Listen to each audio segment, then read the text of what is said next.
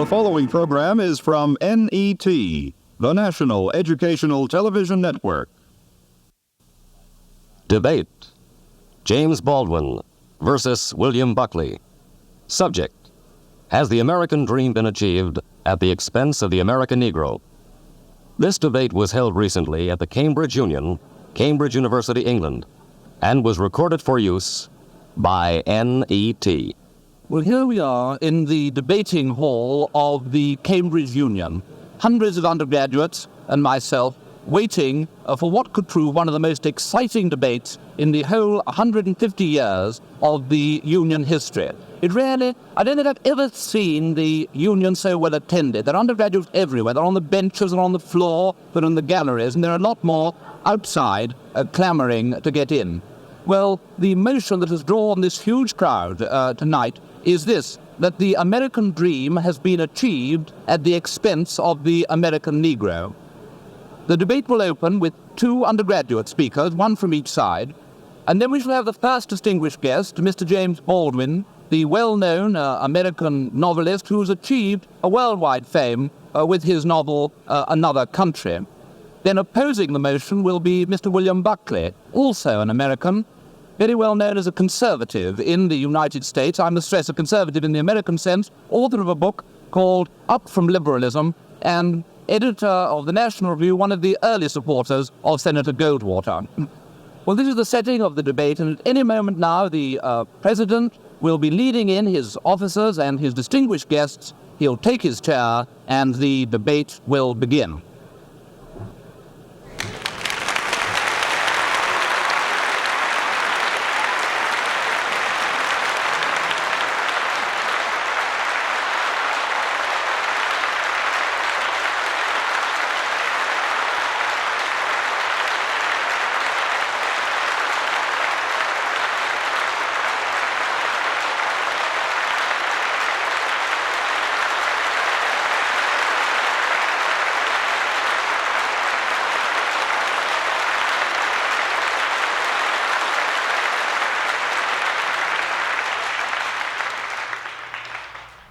The motion before the House tonight is, the American dream is at the expense of the American Negro. We propose to Mr. David Haycock of Pembroke College, and I'll propose to Mr. Jeremy Burford of Emmanuel College. Mr. James Baldwin will speak third. Mr. William F. Buckley Jr. will speak fourth. Mr. Haycock is the ear of the House.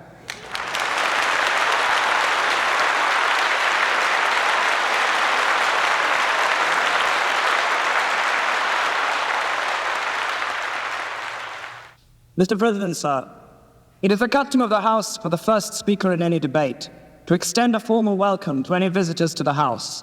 I can honestly say, however, that it is a very great honor to be able to welcome to the House this evening Mr. William Buckley and Mr. James Baldwin. Mr. William Buckley has the reputation of possibly being the most articulate conservative in the United States of America. He was a graduate of Yale, and he first gained a reputation for himself by publishing a book entitled God and Man and Yale. Since then, he has devoted himself to the secular, and this has included Norman Mailer, Kenneth Tynan, Mary McCarthy, and Fidel Castro, none of whom have come out of their confrontations unscathed. At present, his principal occupation is editing a right-wing newspaper in the United States entitled The National Review. Mr. James Baldwin is hardly in need of introduction. His reputation, both as a novelist and as an advocate of civil rights, is international. His third novel, Another Country, has been published as a paperback in England today. Mr. Baldwin and Mr. Buckley are both very welcome to the House this evening.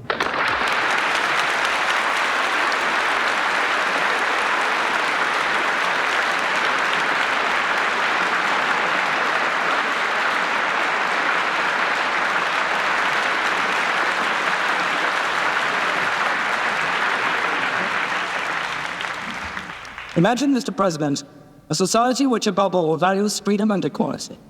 A society in which artificial barriers to fulfillment and achievement are unheard of. A society in which a man may begin his life as a rail splitter and end it as president. A society in which all men are free in every sense of the word. Free to live where they choose, free to work where they choose. Equal in the eyes of the law and every public authority, and equal in the eyes of their fellows. A society, in fact, in which intolerance and prejudice are meaningless terms. Imagine, however, Mr. President, But a condition of this utopia has been the persistent and quite deliberate exploitation of 1/9 of its inhabitants. That 1 man in 9 has been denied those rights which the rest of that society takes for granted. That 1 man in 9 does not have the chance for fulfillment or realization of his innate potentialities.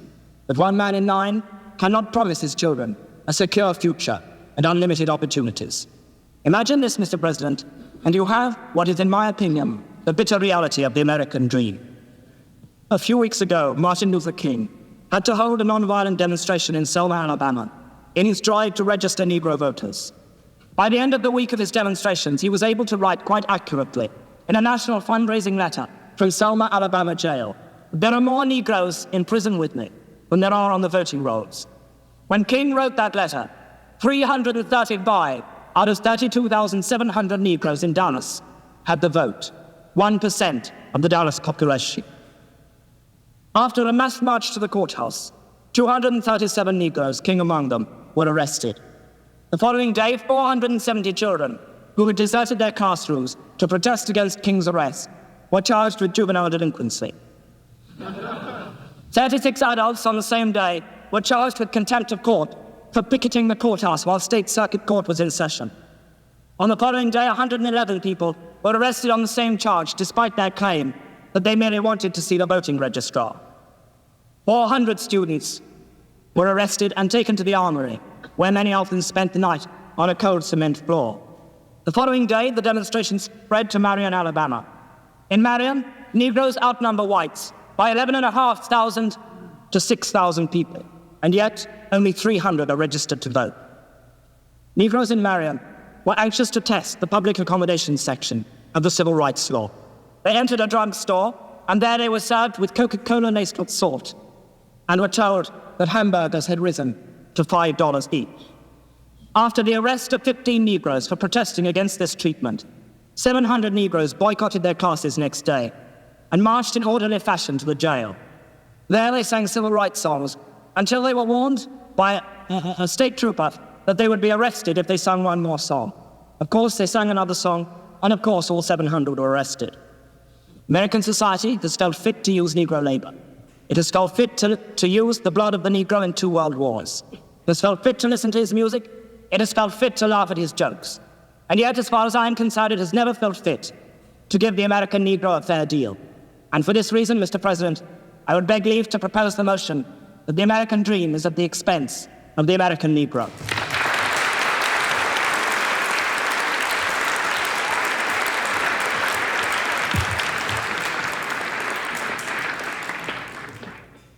I now call on Mr. Jeremy Burford of Emmanuel College to oppose the motion.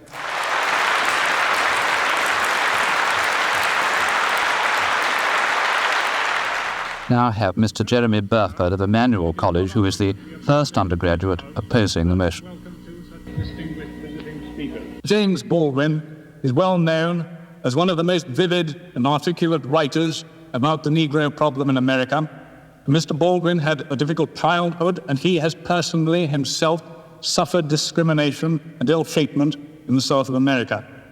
And I would like to say at this time that it is not the purpose, this side of the House, to condone that in any way at all. It is not our purpose to oppose civil rights. It is our purpose to oppose this motion. And thank you, sir. Come and collect your fee afterwards.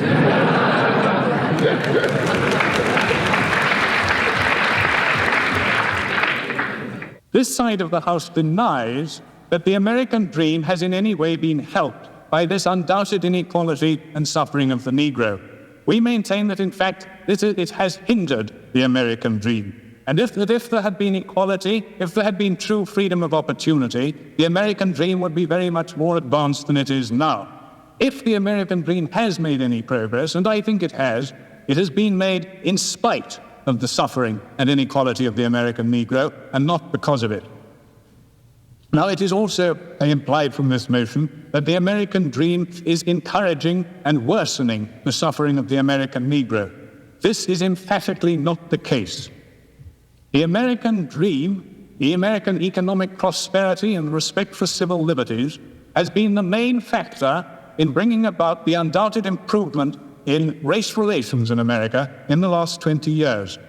And Professor Arnold Rose, who is the author of The Negro in America, which is perhaps the definitive work on the subject, who is also a contributor to what was called a freedom pamphlet, so I should imagine that if he has any bias at all, it is in favor of the Negro. He said that this improvement in race relations will be seen in years to come as remarkably quick, and he has put it down to three main causes: increased industrialization and technical advance, the increased social mobility of the American people, and the economic prosperity. And I would put it to this House that industrialization and economic prosperity are two of the main ingredients of the American dream. And at the same time, again, I do not want to say that the Negro in America is treated fairly, but at the same time, the average per capita income of Negroes in America is exactly the same as the average per capita income of people in Great Britain. Now, I found that absolutely amazing, and I understand that some of you do as well. So I have got the reference here from the United States News and World Report of July the 22nd, 1963, in which it points out, this will have to be the last interruption I take, as time is running short. Mr. President, on a point of information, is the Speaker talking of real income or money income? I'm talking of money. I'm talking of money income, and I would not wish to disguise that. I would also say that in terms of this, there are only 5 countries in the world where the income is higher than that of the American Negro, and they do not include countries like West Germany and France and Japan. Now, there are in America 35 Negro millionaires. There are Negro 6,000 doctors and so on. Now, I do not, by saying this, wish to emphasize that the Negro is fairly treated. I merely wish to try and convey a more realistic and objective account of the situation of the Negro. I agree that there are Negroes who are very poor indeed, such as the old gentleman in the South who was talking about some of his wealthier brethren. And he was saying, yes, some of these rich Negroes, they put on airs, they like the bottom figure of a fraction. The bigger they try to be, the smaller they really are. I would repeat, Mr. President, sir, in the last minute I have, that this debate is not whether civil rights should be extended to American Negroes or not. If it were, it would be a very easy motion to argue for and a very easy motion to vote for. The debate tonight concerns whether the American dream is at the expense of the American Negro. That is, whether the American Negro has paid for the American dream with his suffering, or whether the American dream has furthered Negro inequality. And I would deny those two precepts. I would say that Negro inequality has hindered the American dream, and I would say that the American dream has been very important indeed in furthering civil rights and in furthering freedom for the American Negro. Mr. President, sir, I beg to oppose the motion.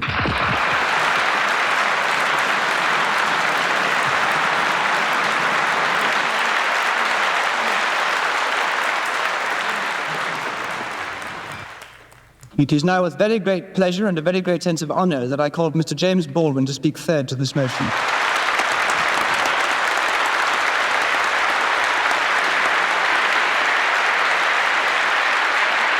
Now we have Mr. James Baldwin, the star of the evening, who had been sitting, listening attentively, getting a wonderful reception here in the Cambridge Union. Tremendous enthusiasm from all sides of the House for Mr. Baldwin, who had been listening to the arguments, now will bring the voice of actual experience to the debate. Good evening.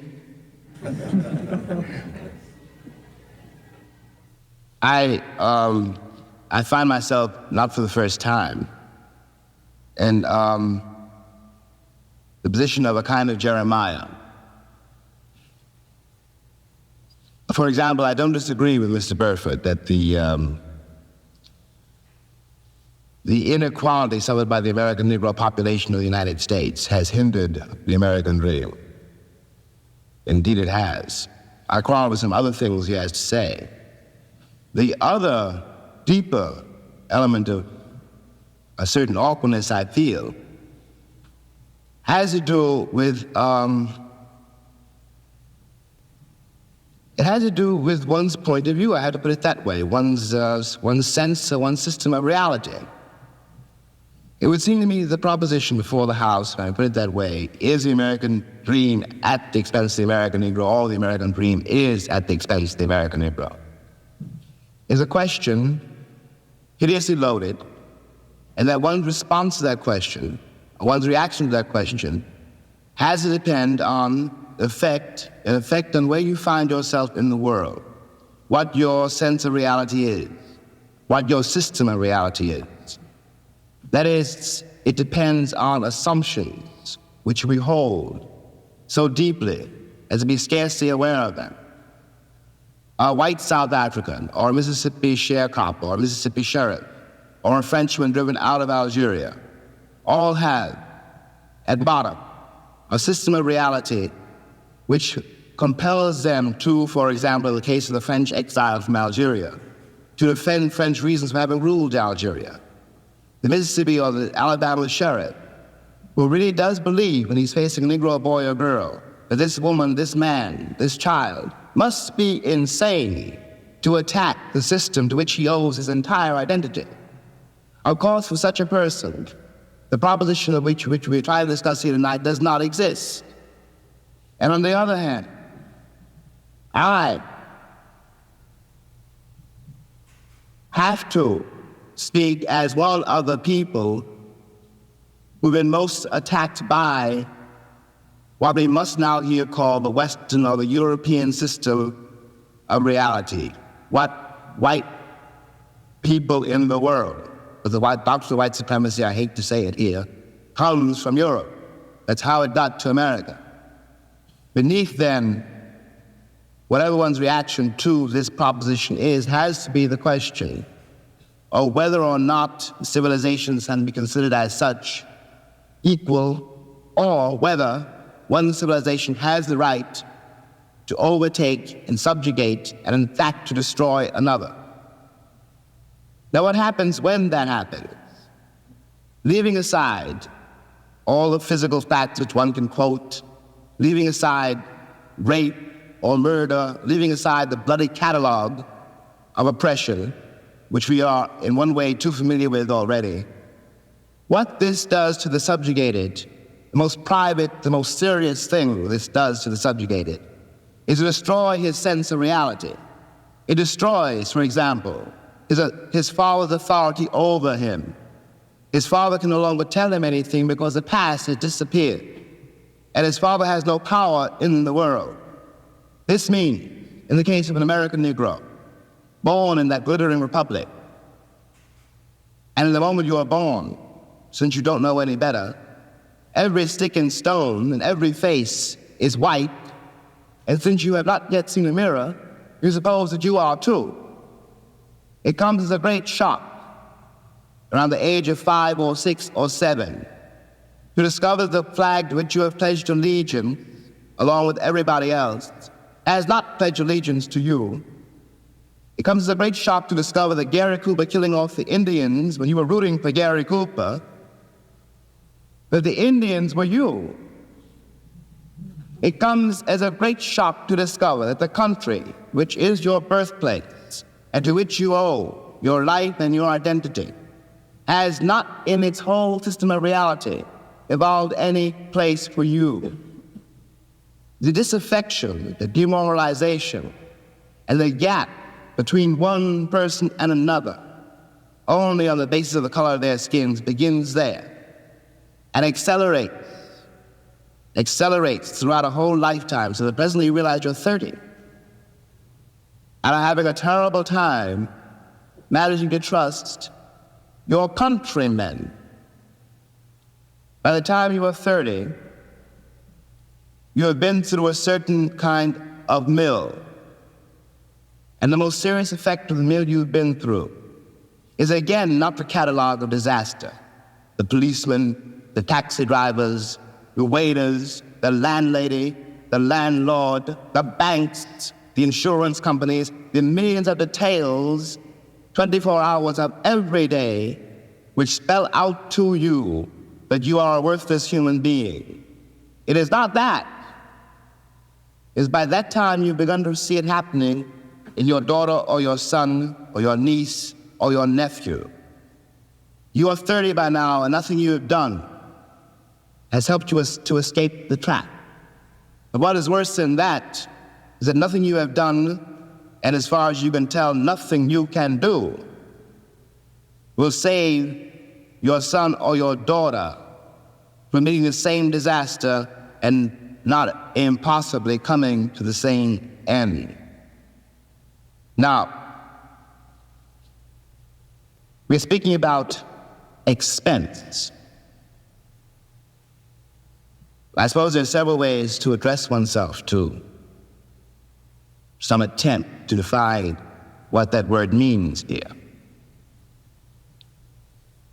Let me put it this way, that from a very literal point of view, the harbors and the ports and the railroads of the country, the economy, especially of the southern states, could not conceivably be what it has become if they had not had, and do not still have indeed, and for so long, for many generations, cheap labor. I am stating very seriously, and this is not an overstatement, I picked the cotton, and I carried it to market, and I built the railroad under someone else's whip for nothing. For nothing. The Southern oligarchy, which has until today so much power in Washington, and therefore some power in the world, was created by my labor and my sweat, and the violation of my women and the murder of my children. This, in the land of the free and the home of the brave. And no one can challenge that statement as a matter of historical record. In another way, this dream, and we'll get to the dream in a moment, is at the expense of the American Negro. You watch this in the Deep South in great relief, but not only in the Deep South. In the Deep South, you are dealing with a sheriff or a landlord or a landlady or the girl at the Western Union desk. And she doesn't know quite who she's dealing with, by which I mean that if you're not part of the town, and if you are a northern nigger, it shows in millions of ways. So she simply knows that it's an unknown quantity, and she wants to have nothing to do with it. So she won't talk to you. You have to wait for a while to get your telegram. Okay, we all know this. We've been through it. And by the time you get to be a man, it's very easy to deal with. But what is happening in the poor woman, the poor man's mind, is this. They have been raised to believe, and by now they helplessly believe, that no matter how terrible their lives may be, and their lives have been quite terrible, and no matter how far they fall, no matter what disaster overtakes them, they have one enormous knowledge and consolation, which is like a heavenly revelation. At least they are not black. Now I suggest that of all the terrible things that can happen to a human being, that is one of the worst. I suggest that what has happened to white Southerners is in some ways, after all, much worse than what has happened to Negroes there. Because Sheriff Clark in Selma, Alabama, cannot be considered, no one can be dismissed as a total monster. I'm sure he loves his wife, his children. I'm sure that, he likes to get drunk. He's, after all, one's got to assume, and he is visibly a man like me. But he doesn't know what drives him to use the club, to menace with the gun, and to use a cattle prod. Something awful must have happened to a human being to be able to put a cattle prod against a woman's breast, for example. What happens to the woman is ghastly. What happens to the man who does it is in some ways much, much worse. This is being done, after all, not 100 years ago, but in 1965, in a country which is blessed with what we call prosperity, a word we won't examine too closely, with a certain kind of social coherence, which calls itself the civilized nation and which espouses the notion of the freedom of the world. And it is perfectly true from the point of view now simply of an American Negro. Any American Negro watching this, no matter where he is, from the vantage point of Harlem, which is another terrible place, has to say to himself, in spite of what the government says we can't do anything about it. But those are white people being murdered in Mississippi work farms, being carried off to jail. Those are white children running up and down the street. The government would find some way of doing something about it. We have a civil rights bill now. We had an amendment, the 15th Amendment, nearly 100 years ago. I hate to sound again like an Old Testament prophet, but if the amendment was not honored then, I don't have any reason to believe the civil rights bill will be honored now. And after all, one's been there since before, a lot of other people got there. If one has got to prove one's title to the land, isn't 400 years enough? 400 years, at least 3 wars. The American soil is full of the corpses of my ancestors. Why is my freedom or my citizenship or my right to live there, how is it conceivably a question now? And I suggest further that in the same way, the moral life of Alabama sheriffs and poor Alabama ladies, white ladies, their moral lives have been destroyed by the plague called color, that the American sense of reality has been corrupted by it.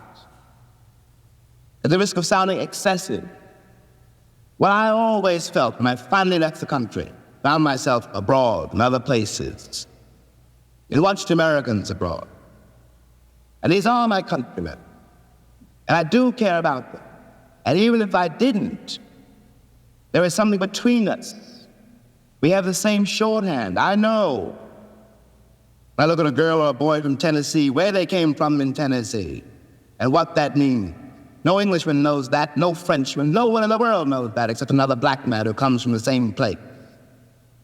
One watches these lonely people denying the only kin they had.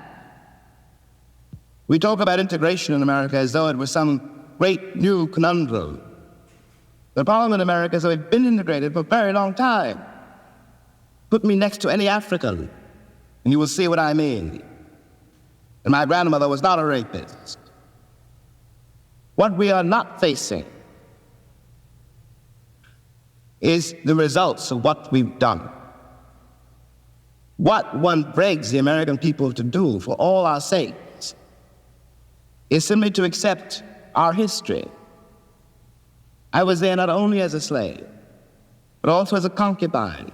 One knows the power, after all, which can be used against another person if you've got absolute power over that person. It seemed to me when I watched Americans in Europe, that what they didn't know about Europeans was what they didn't know about me. They weren't trying, for example, to be nasty to the French girl or rude to the French waiter. They didn't know they hurt their feelings. They didn't have any sense that this particular woman, this particular man, though they spoke another language and had different manners and ways, was a human being. And they walked over them with the same kind of bland ignorance, condescension, charming and cheerful, with which they'd always patted me on the head and called me shy, and were upset when I was upset. What is relevant about this is that whereas 40 years ago when I was born, the question of having to deal with what is unspoken by the subjugated, what is never said to the master, of having to deal with this reality was a very remote possibility. It was in no one's mind. When I was growing up, I was taught in American history books that Africa had no history, and neither did I. That I was a savage, about whom the less said the better, who had been saved by Europe and brought to America. And of course, I believed it. I didn't have much choice. Those are the only books there were. Everyone else seemed to agree. If you walk out of Harlem, ride out of Harlem downtown, the world agrees. What you see is much bigger, cleaner, whiter, richer, safer than where you are. They collect the garbage. People obviously can pay their life insurance. The children look happy. Say, you're not. And you go back home. And it would seem then, of course, that it's an act of God, that this is true, that you belong where white people have put you. It is only since the Second World War that there's been a counter-image in the world, and that image not come about through any legislation on the part of any American government, but through the fact that Africa was suddenly on the stage of the world, and the Africans had to be dealt with in a way they'd never been dealt with before. This gave an American Negro, for the first time, a sense of himself beyond a savage or a clown. It has created, and will create, a great many conundrums. One of the great things that the white world does not know, but I think I do know, is that black people are just like everybody else. One has used the myth of Negro and the myth of color to pretend and to assume that you are dealing essentially with something exotic, bizarre, and practically, according to human laws, unknown. Alas, that is not true. We are also mercenaries, dictators, murderers, liars. If we are human too. What is crucial here? Unless we can manage to establish some kind of dialogue between those people whom I pretend have paid for the American dream and those other people who have not achieved it, we will be in terrible trouble. I want to say at the end, the last, is that is what concerns me most. We are sitting in this room, and we are all, at least we like to think we are, relatively civilized, and we can talk to each other at least on certain levels, so that we could walk out of here assuming that the measure of our enlightenment, or at least our politeness, has some effect on the world. It may not. I remember, for example, when the ex-Attorney General, Mr. Robert Kennedy, said that it was conceivable that in 40 years in America we might have a Negro president. And that sounded like a very emancipated statement, I suppose, to white people. They were not in Harlem when this statement was first heard, and did not hear, and possibly will never hear, the laughter and the bitterness and the scorn with which the statement was greeted. From the point of view of the man of the Harlem barbershop, Bobby Kennedy only got here yesterday. And now he's already on his way to the presidency. We've been here for 400 years, and now he tells us that maybe in 40 years, if you're good, we may let you become president. What is dangerous here is the turning away from anything any white American says. The reason for the political hesitation in spite of the Johnson landslide is that one has been betrayed by American politicians for so long. And I am a grown man, and perhaps I can be reasoned with. I certainly hope I can be. But I don't know, and neither does Martin Luther King, none of us know how to deal with those other people whom the white world has so long ignored, who don't believe anything the white world says and don't entirely believe anything I or Martin say. And one can't blame them. You watch what has happened to them in less than 20 years. It seems to me that the city of New York, for example, this is my last point, which that Negroes have had for a very long time.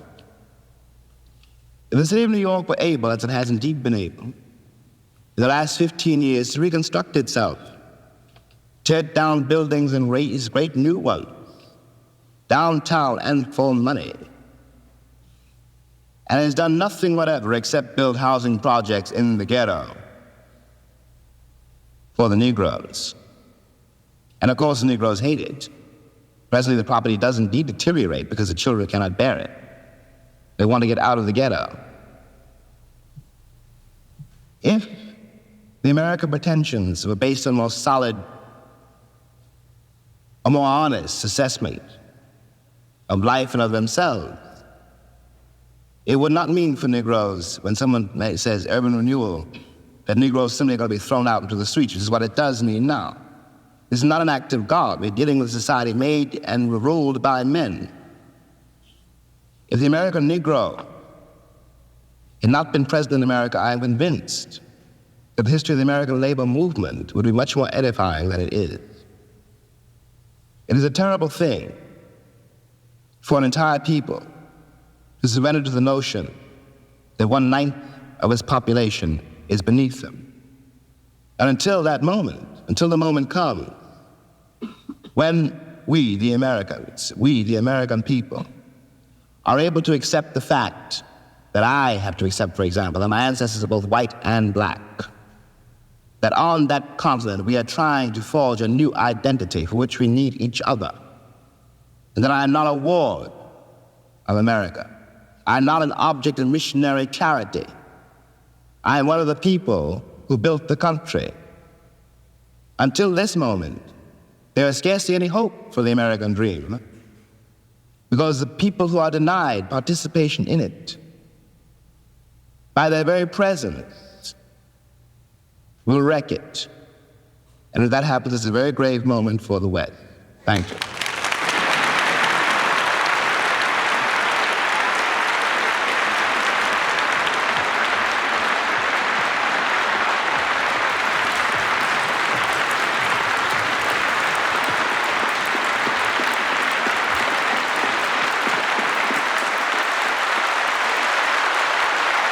Tremendously moving moment now, the whole of the Union standing and applauding this magnificent speech of James Baldwin.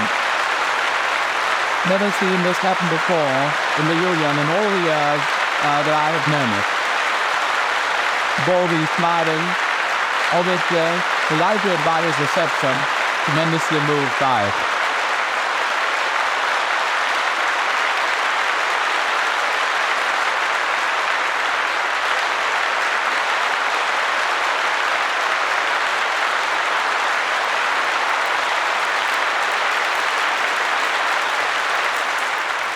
I am now very grateful and very pleased to be able to call on Mr. William F. Buckley Jr. to speak forth to this motion.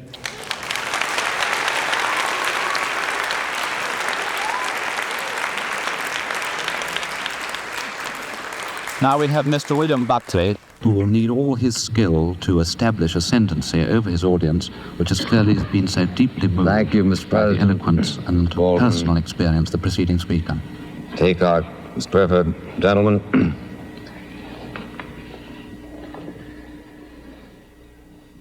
It seems to me that of all the indictments Mr. Baldwin has made of America, here tonight and in his copious literature of protest, the one that is most striking involves, in effect, the refusal of the American community to treat him other than as a Negro. The American community has refused to do this. The American community, almost everywhere he goes, treats him with the kind of unction, the kind of satisfaction at posturing carefully for his flagellations of our civilization, that indeed, quite properly, commands the contempt which he so eloquently showers upon us. It is impossible, in my judgment, to deal with the indictment of Mr. Baldwin unless one is prepared to deal with him as a white man. Unless one is prepared to say to him, the fact that your skin is black is utterly irrelevant to the arguments that you raise. The fact that you sit here, as is your rhetorical device, and lay the entire weight of the Negro ordeal on your own shoulders is irrelevant to the argument that we are here to discuss. The gravamen of Mr. Baldwin's charges against America are not so much that our civilization has failed him and his people, that our ideals are insufficient, but that we have no ideals. That our ideals rather are some sort of a superficial coating which we come up with at any given moment in order to justify whatever commercial and noxious experiment we are engaged in. Thus, Mr. Baldwin can write his book, The Fire Next Time, in which he threatens America. He didn't, in writing that book, speak with the British accents that he used exclusively tonight, in which he threatened America with the necessity for us to jettison our entire civilization. The only thing that the white man has that the Negro should want, he said, is power. And he is treated from coast to coast in the United States with a kind of Buckley doesn't choose to give way the interrupter master, and he has done. The interrupter is now set down. Goes beyond anything that was ever expected from the most servile Negro creature by a Southern family. I propose to pay him the honor this night of saying to him, Mr. Baldwin, I am going to speak to you without any reference whatever to those surrounding protections which you are used to in virtue of the fact that you are a Negro. And here we need to ask the question, what in fact shall we do about it, Mr. President? What shall we in America try to do, for instance, to eliminate those psychic humiliations which I join Mr. Baldwin in believing are the very worst aspects of this discrimination? You found it a source of considerable mirth to laugh away the statistics of my colleague, Mr. Burford. I don't think they are insignificant. They are certainly not insignificant in a world which attaches a considerable importance to material progress. It is, in fact, the case that 7/10 of the white income of the United States is equal to the income that is made by the average Negro. I don't think this is an irrelevant statistic, ladies and gentlemen. It takes the capitalization of $15,000, $16,000, $17,000 per job in the United States. This is a capitalization that was not created exclusively as a result of Negro travail. My great-grandparents worked too. Presumably yours worked also. I don't know of anything that has ever been created without the expense of something. All of you who hope for a diploma here are going to do that at the expense of a considerable amount of effort. And I would thank you, please not to belie the fact that a considerable amount of effort went into the production of a system which grants a greater degree of material well-being to the American Negro than that is enjoyed by 95% of the other peoples of the human race. But even so, to the extent that your withering laughter suggested here that you found this a contemptible observation, I agree. I don't think it matters that there are 35 millionaires among the Negro community. If there were 20 million millionaires among the Negro community of the United States, I would still agree with you that we have a dastardly situation. But I'm asking you not not to make politics as the crow flies, to use the fleeted phrase of Professor Oakeshott, but rather to consider what in fact is it that we Americans ought to do. What are your instructions that I'm to take back to the United States, my friend? I want to know what it is that we should do, and especially I want to know whether it is time, in fact, to abandon the American dream as it has been defined by Mr. Haycock, Mr. Burford. What, in fact, is it that we ought to do, for instance, to avoid two humiliations mentioned by Mr. Baldwin as being a part of his own experience during his lifetime. At the age of 12, you will find on reading his book, he trespassed outside the ghetto of Harlem and was taken by the scruff of the neck by a policeman on 42nd Street and Madison Avenue and said, "Here, you nigger, go back to where you belong." 20 years later, he goes in and asks for a Scotch whiskey at the airport at Chicago and is told by the white barman that he is obviously underage and under the circumstances cannot be served. I know from your faces that you share with me the feeling of compassion and the feeling of outrage that this kind of thing should have happened. What, in fact, are we going to do to this policeman? And what, in fact, are we going to do to this barman? How are we going to avoid the kind of humiliations that are perpetually visited on members of a minority race? Obviously, the first element is concern. We've got to care that it happens. We have got to do what we can to change the warp and woof of moral thought in society in such fashion as to try to make it happen less and less. Let me urge this point to you, which I can do with authority, my friends, the only thing that I can tonight. And that is to tell you that in the United States, there is a concern for the Negro problem. Now, if you get up to me and say,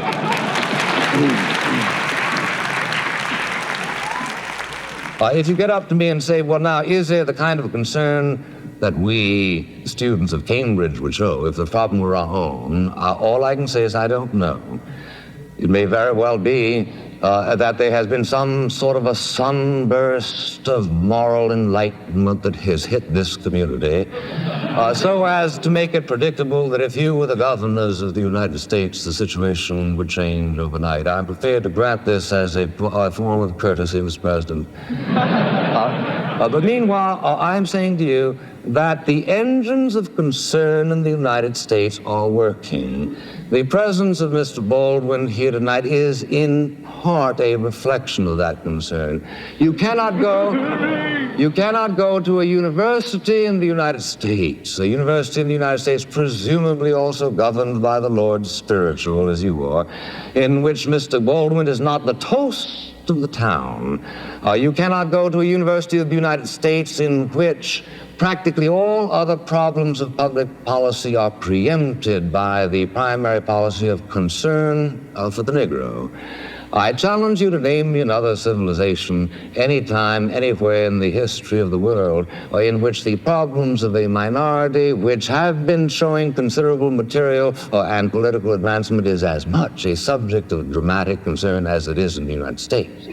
Let me just say finally, ladies and gentlemen, this. There is no instant cure for the race problem in America. And anybody who tells you that there is a charlatan and ultimately a boring man. Boring precisely because he is then speaking in the kind of abstractions that do not relate to the human experience. The trouble in America where the Negro community is concerned is a very complicated one. I urge those of you who have an actual rather than a purely ideologized interest in the problem to read the book Beyond the Melting Pot by Professor Glaser, also co-author of The Lonely Crowd, a prominent Jewish intellectual, who points to the fact that the situation in America where the Negroes are concerned is extremely complex as a result of an unfortunate conjunction of two factors. One is the dreadful efforts to perpetuate discrimination by many individual American citizens as a result of their lack of that final and ultimate concern which some people are truly trying to agitate. The other is as a result of the failure of the Negro community itself to make certain exertions which were made by other minority groups during the American experience. If you can stand a statistic not of my own making, let me give you one which Professor Glaser considers as relevant. He says, for instance, in 1900, there were 3,500 Negro doctors in America. In 1960, there were 3,900, an increase in 400. Is this because there were no opportunities, as has been suggested by Mr. Haycock and also by Mr. Baldwin implicitly? No, says Professor Glaser. There are a great many medical schools who are by no means practice discrimination, who are anxious to receive and to train Negro doctors. There are scholarships available to put them through, but in fact that particular energy, which he remarks was so noticeable in the Jewish community and to a certain and lesser extent in the Italian-Irish community, for some reason is not there. We should focus on the necessity to animate this particular energy, but he comes to the conclusion, which strikes me as plausible, that the people who can best do it, who can do it most effectively, are Negroes themselves. Let me conclude by reminding you, ladies and gentlemen, that where the Negro is concerned, the danger, as far as I can see at this moment, is that they will seek to reach out for some sort of radical solutions on the basis of which the true problem is obscured.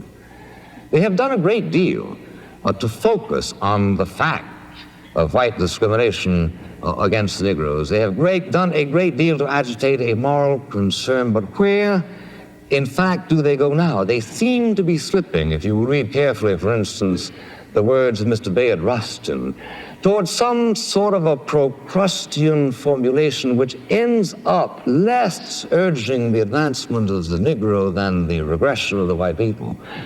14 times as many people in New York City born of Negroes are illegitimate as of whites. This is a problem. How shall we address it? By seeking out laws that encourage illegitimacy in white people?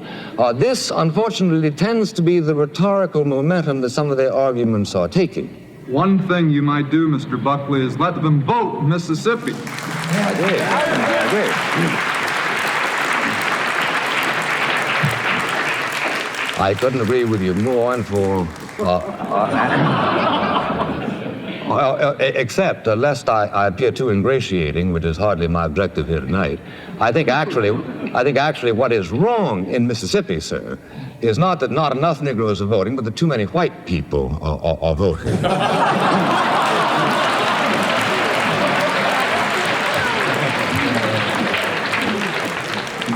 Booker T. Washington said that the important thing where Negroes are concerned is not that they hold public office, but that they be prepared to hold public office. Not that they vote, but that they be prepared to vote. What are we going to do with the Negroes? Having taught the Negroes in Mississippi to despise Barnett, Ross Barnett, shall we then teach them to emulate their cousins in Harlem and adore Adam Clayton Powell, Jr.? It is much more complicated, sir, than simply the question of giving them the vote.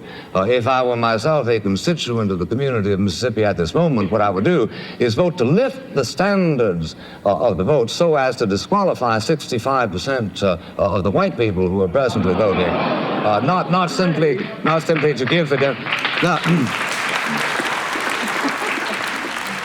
I say then that what we need is a considerable amount of frankness that acknowledges that there are two sets of difficulties.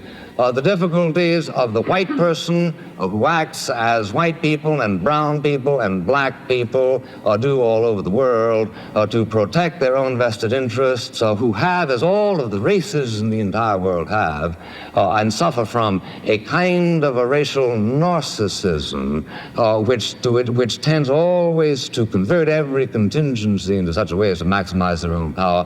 That, yes, best we must do, but we must also reach through to the Negro people and tell them that their best chances are in a mobile society. And the most mobile society in the world today, my friends, is the United States of America. The most mobile society in the United States, in the world is the United States of America, and it is precisely that mobility which will give opportunities to the Negroes which they must be encouraged to take. But they must not, in the course of their ordeal, be encouraged to adopt the kind of cynicism, the kind of despair, the kind of iconoclasm that is urged upon them by Mr. Baldwin in his recent works. Because of one thing I can tell you, I believe with absolute authority, that where the United States is concerned, if it ever becomes a confrontation between a continuation of our own sort of idealism, the private stock of which, granted, like most people in the world, we tend to lavish only every now and then on public enterprises, reserving it so often for our own irritations and pleasures. But the fundamental trend of the Negro people in the United States is the good nature, and is the generosity, and is the good wishes, is the decency, the fundamental decency that do lie at the reserves of the spirit of the American people. These must not be laughed at, and under no circumstances must they be laughed at, and under no circumstances must America be addressed and told that the only alternative to the status quo is to overthrow that civilization which we consider to be the faith of our fathers, the faith indeed of your fathers. This is what must animate whatever meliorism must come, because if it does finally come to a confrontation, a radical confrontation between giving up what we understand to be the best features of the American way of life, which at that level is indistinguishable, so far as I can see, from the European way of life, then we will fight the issue. And we will fight the issue not only in the Cambridge Union, but we will fight it, as you were once recently called to do, on beaches and on hills and on mountains and on landing grounds. And we will be convinced that just as you won the war against a particular threat to civilization, you were nevertheless waging a war in favor of and for the benefit of Germans, your own enemies, just as we are convinced that if it should ever come to that kind of a confrontation, our own determination to win the struggle will be a determination to wage a war not only for whites, but also for Negroes.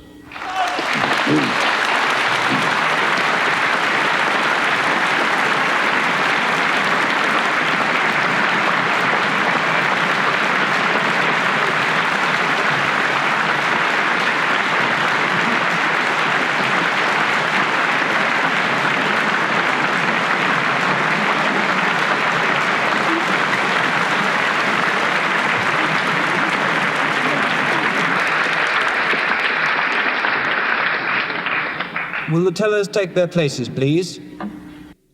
They voted in favor of the motion being that the American dream is at the expense of the Negro. They voted in favor of that motion 544 persons and against 164 persons. The motion is therefore carried by 380 votes. I declare the House to stand adjourned.